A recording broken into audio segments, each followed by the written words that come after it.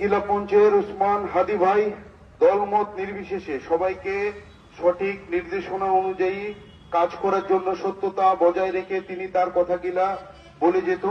কিন্তু বাংলাদেশের রাজনীতির প্রেক্ষাপট এমন যে ভালো মানুষকে চিরস্থায়ীভাবে থাকতে তারা দেয় না।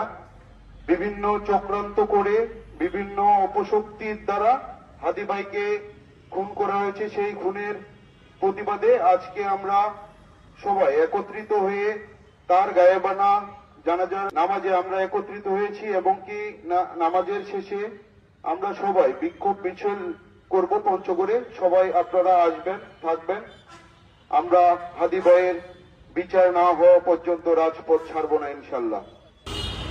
আল্লাহু আকবার।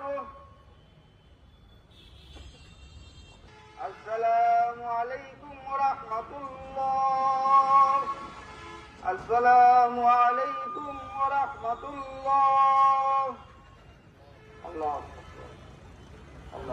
আল্লাহ যে শহীদ হয়েছে আল্লাহ তুমি তাকে মাফ করে দিও আল্লাহ। আল্লাহ তুমি তাকে বেহেশতের উচ্চ মাকাম দান করে দিও আল্লাহ। আল্লাহ গো ছাত্রজনদের রক্ষা করো তুমি আল্লাহ, দেশ থেকে রক্ষা করো আল্লাহ। আল্লাহ আজকে কারেন্ট স্বাধীন করেছে আল্লাহ। আল্লাহ তুমি তাদের হেফাজত করো সবাইকে আল্লাহ।